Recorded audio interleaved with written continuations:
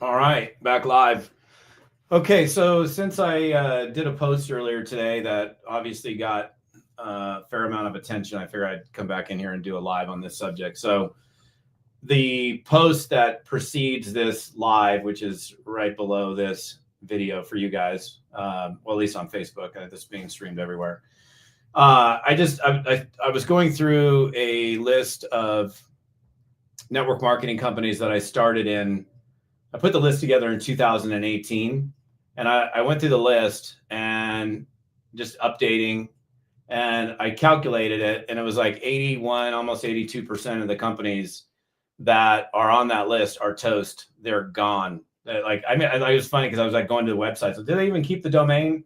Nope, the domain is gone, for sale.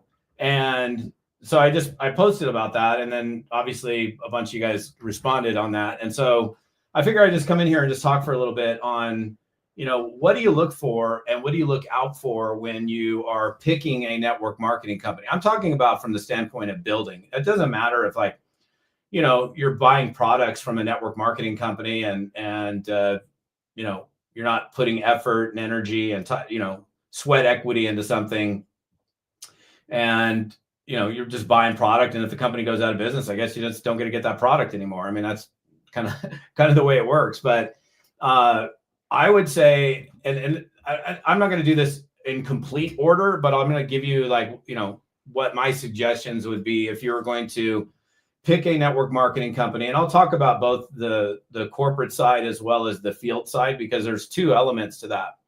So first and foremost, number one, like if you're going to sink your teeth into something and you're going to build it as a business, and you're going to take your life, your time, your efforts, your energies, your contacts, and you're going to build that business, you need to absolutely 100% look at the owners.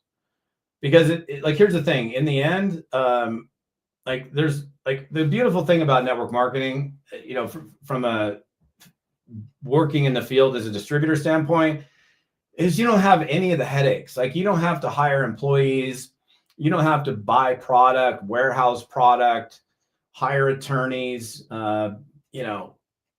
just merchant accounts. Like, I won't go through the whole list, but logistics, all that stuff. That's like, I'll never own a network marketing company. I got zero desire. Never. I'm telling you right now, I will never run or own a network marketing company. So, I mean, I'm just so used to being at home, and if I want to work today, I work. If I don't want to work today, I don't work. If you want to play, I mean, as a speaker, it's a little different, but it's the same thing. It's like there's nobody telling me what to do. And so there's a lot of advantages to being an independent distributor in a network marketing company.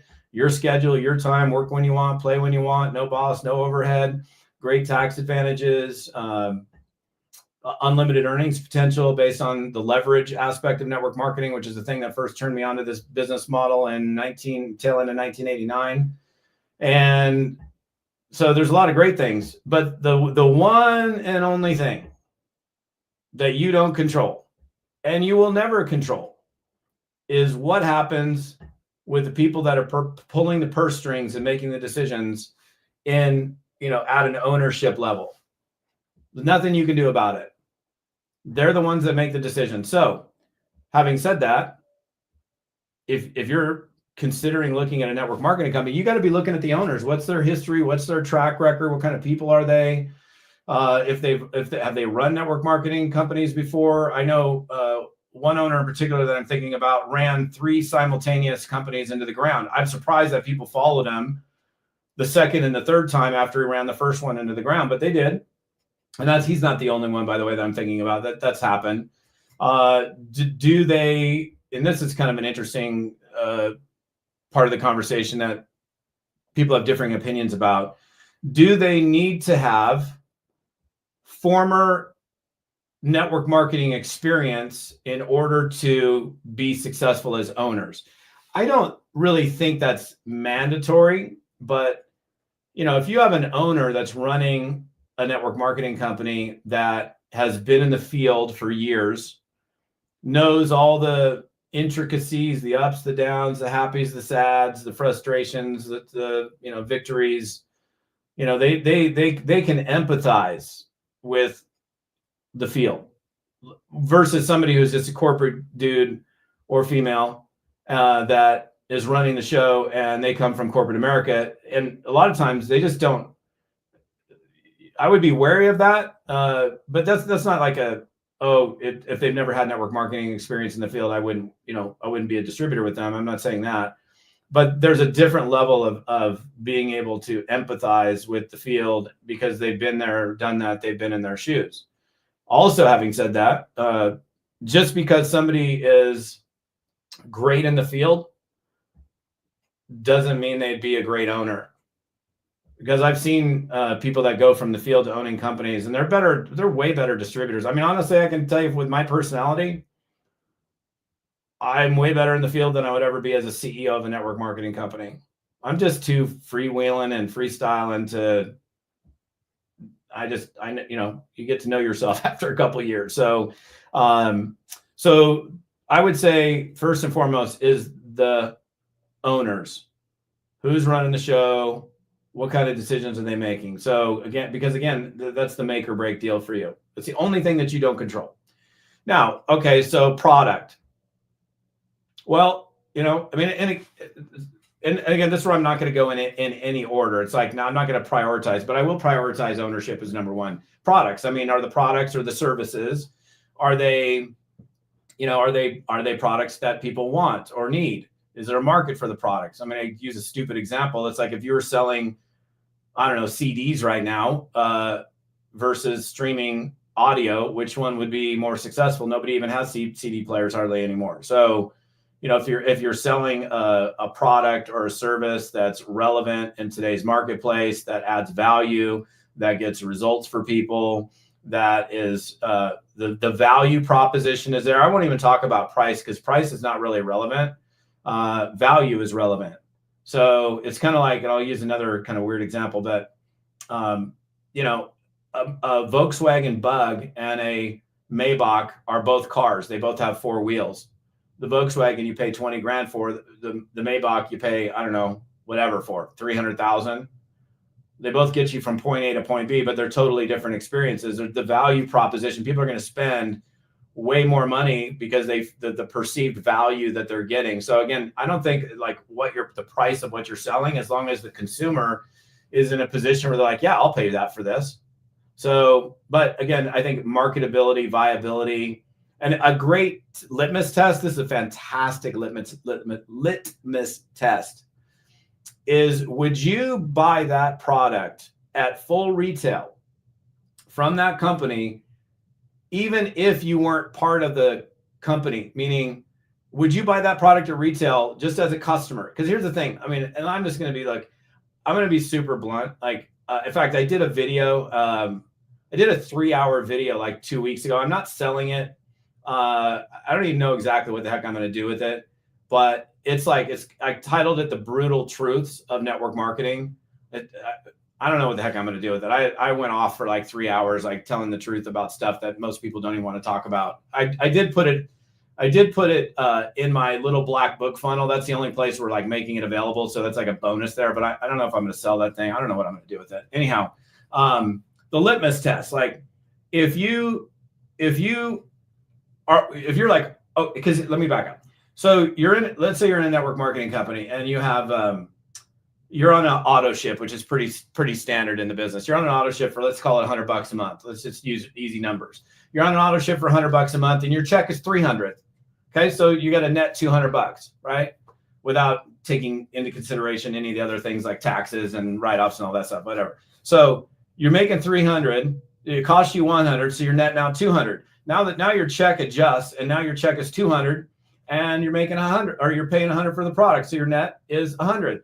Now, all of a sudden your check drops to $100 and it's costing you $100 for the product. So it's free. But now the check adjusts again and it goes to $50, but it's costing you $100. Did you cancel your auto ship? If you canceled your auto ship, and some of you guys know exactly what I'm saying, if you canceled your auto ship because the cost of your auto ship and your check dropped below the cost of your auto ship, that is a clear litmus test that you didn't give a damn about the product. You were buying the product only because you were earning a commission off of it. Right? You can't sit here and tell me I'm wrong. There's no way you can tell me I'm wrong. But if your check went to 0 and you're still on auto ship, then that's a pretty good test. That's a pretty good test of the viability, at least for you, the value proposition for you of whatever it is that you're consuming. So that's a great question. Ask yourself, would I pay retail, not wholesale, what I might be getting from the company? Would I pay retail for this product, even if I wasn't making a check? And you're like, I'm not really sure. You probably shouldn't do that deal. You probably should not do that thing. So then we have whatever we're marketing. Okay. And again, this is all on the corporate side. Next thing I would talk about is a compensation plan. And there's all this talk about we've got the best comp plan. Ours is the greatest. Look, let me just tell you something. I've looked at hundreds and hundreds of compensation plans, binaries, unilevels, matrix, hybrids, breakaways, every single one of them. First of all, most of them are virtually impossible to read for the average person. They're very difficult to extrapolate the numbers out of them. I mean, you have to have some mathematical mind to be able to fully understand most network marketing comp plans. And the honest to goodness truth is most of them pay out in the same range. So for every dollar that comes into the company, 30 to 40 cents, that's probably the good median average. 30 to 40 cents is paid back in the field. So if a company brings in $100,000 in revenue that month, 30 to 40,000 is paid out to the field in commissions. And that's actually probably, if I'm being realistic, that's probably actually a little high. You don't see, and I'm talking about dollar for dollar. A lot of companies have BV, PV. I won't get into that. Most of you guys are probably familiar with that. Why do they have, well, I'll get into it briefly. They have that because costs of goods vary from product to product. So if somebody's buying a product that costs $100, it may have 100 BV on it. Most of them don't. It might be 80, it might be 70, it might be 50, depending on how much it costs for that company to manufacture the product. So when I'm saying BV or PV, actually BV is probably the technical, the more accurate term, bonus volume. So again, I'll stop right there. I don't want to go into too much depth. Bottom line is, your comp plan, if you put the effort in, dollars in is going to be dollars out. So I'm not going to say it pisses me off, but it boggles my mind when I see people who are like, oh, we got the greatest compensation plan. It reminds me, I got to do Buzzy Boxer. Hi there, folks. My name's Buzzy. My wife calls me Fuzzy sometimes, but don't you worry about that. It's not part of what I'm talking about here. I'm here today to talk to you about a wonderful business opportunity. If you want to be rich and smiley like this guy up here, and I'll stop right there. Sorry. It just brought the Buzzy out of me because in that business opportunity spoof that I recorded like back in 2008, I didn't ever think I was going to do Buzzy Boxer ever again. I literally was going to do it once. And some of you guys are, who the heck's Buzzy Boxer? Somebody will tell you. This thing about we have the single greatest compensation plan. By the way, if you're newer in network marketing and you're watching me, don't ever say that. Don't ever say we have the best. That is subjective. Maybe you're like, oh, it's the best for me. I really feel this is the best for me. But to say that it's the best compensation plan, because some guy like me, if you came across me, I'm like, oh, really? You got the best compensation plan in network marketing? I'm like, that's great. Well, if you could show me the statistical analysis that you've done against every other single compensation plan in network marketing, and you can prove to me that you actually pay out more money than literally every other compensation plan in network marketing, I would love to see that study. Can you show it to me? There is no study. It doesn't exist. So be cool that your comp plan pays out good money. Most network marketing companies pay out good money. And how do you get the money?